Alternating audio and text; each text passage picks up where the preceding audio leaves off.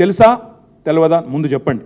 తెలిస్తే ఎందుకు 1 వీక్ దాచిపెట్టారు, మీ తప్పు లేకపోతే అది కూడా చెప్పండి. అసలు ఇంకొక ముఖ్యమైన మాట నేను అడుగుతా ఉన్నాను. ఇవాళ కేసీఆర్ గారి ప్రభుత్వం ఉన్నప్పుడు ఆనాడు ఎలక్షన్ కమిషన్ ఎలక్షన్ కోడ్ ఉన్నప్పుడు మేడిగడ్డలో ఒక సంఘటన జరిగింది. మేమేం దాయలేదే, వెంటనే పత్రికల్లో వచ్చింది, మేమందరం కూడా, మీరు చూశారు, మేము కూడా చూసినాం.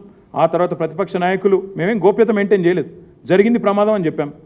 అప్పుడు ఎలక్షన్ కోడ్ ఉండే, ఎలక్షన్ కమిషన్ కంట్రోల్లో ఉండే, వాళ్ళు బాధ్యత తీసుకున్నారు, అధికారులు చూశారు, వెంటనే ఏజెన్సీ కూడా స్పందించింది, ఎల్ఎన్టీ ముందుకొచ్చింది. అధికారికంగా అదే రోజు రాత్రి ఘటన జరిగిన కొన్ని గంటల్లోనే ఎల్ఎన్టీ స్టేట్మెంట్ ఇచ్చింది. ఏమని? మొత్తం నష్టం జరిగింది, మళ్ళీ మేమే లోపాలు సరిదిద్దుతాం, ప్రజల మీద భారం పడకుండా మళ్ళీ దాన్ని రెక్టిఫై చేస్తామని కూడా చెప్పారు. మాకు చిత్తశుద్ధి ఉంది కాబట్టి, మాకు దాచాల్సిన అవసరం లేదు కాబట్టి, సీక్రెసీ మెయింటైన్ చేయాల్సిన అవసరం లేదు కాబట్టి, మేము ఆనాడు ప్రభుత్వంలో ఉండి కూడా అలాంటి ప్రమాదం జరిగినప్పుడు ముందుకొచ్చి చెప్పాం. గంటల్లోనే వివరాలు బయటకు వచ్చినాయి. కానీ ఈరోజు ఈ ప్రభుత్వం మరి ఎందుకు సుంకిశాల ఘటనను బయటికి రాకుండా వారం రోజులు తొక్కిపెట్టింది? ఈ విషయం బయటికి చెప్పాలి. ముఖ్యమంత్రి హైదరాబాద్లో ఉన్నాడు ఈ ఘటన జరిగినప్పుడు. He was in Hyderabad, he was in Telangana. కానీ ఘటన జరిగిన తర్వాత కూడా 24 గంటల తర్వాత ముఖ్యమంత్రి గారు బలాదూర్ అని చెప్పి ఆయనతో అమెరికా విమానం ఎక్కి వెళ్ళిపోయాడు. అంటే కనీసం పర్యవేక్షణ లేదు, రిపోర్ట్ లేదు, చూసింది లేదు. పోనీ అక్కడ ఘటనా స్థలానికి పోవడం కాదు, ఇక్కడన్నా కనీసం రివ్యూ చేశారా?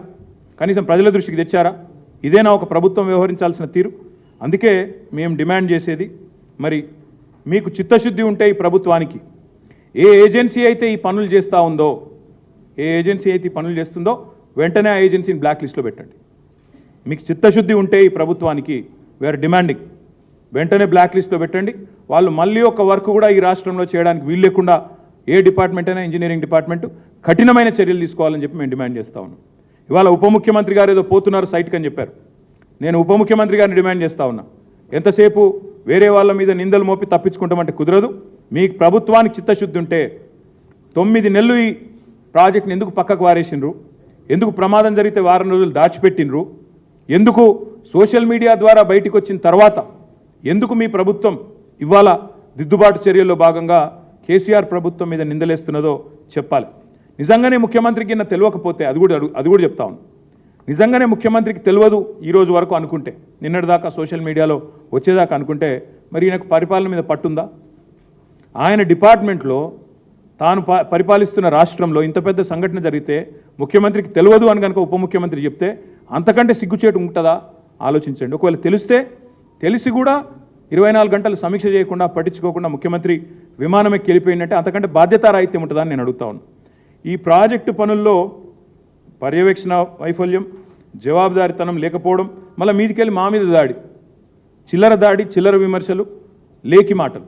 ఈ ఎట్లుందంటే వీళ్ళ కథ, మంచి జరుగుతూనేమో వాళ్ళ ఖాతాలకు. కేసీఆర్ ప్రభుత్వం నోటిఫికేషన్లు ఇస్తుంది, కేసీఆర్ ప్రభుత్వం పరీక్ష పెడుతుంది, కేవలం కాగితాలు ఇచ్చే పని మాత్రం మిగిలిపోయింది. కోర్టు అడ్డం వచ్చింది, ఏదో కోర్టులో స్టే వస్తే ఆగిపోయింది. ఆ ఉద్యోగాలేమో నేను ఇచ్చినా అని చెప్పి డబ్బా కొట్టుకుంటారు.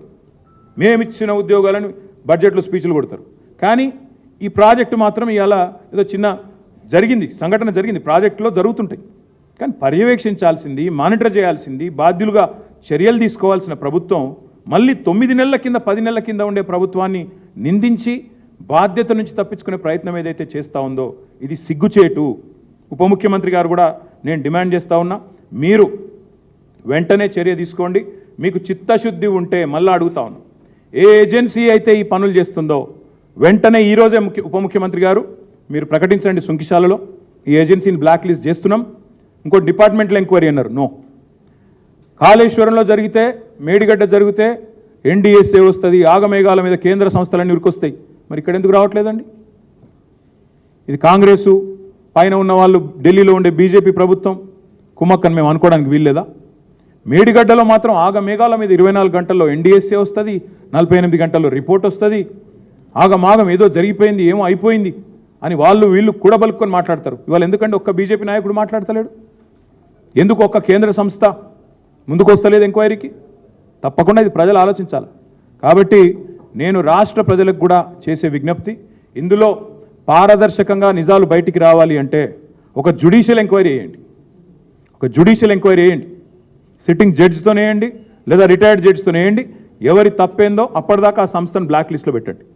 ఏ సంస్థ అయితే నిర్మాణ పనులు చేస్తుందో మీకు చిత్తశుద్ధి ఉంటే ఉప ముఖ్యమంత్రి గారు ఈరోజు సంఘటనా స్థలంలోనే ప్రకటించాలని నేను డిమాండ్ చేస్తా ఉన్నా. బాధ్యులను సస్పెండ్ చేయండి.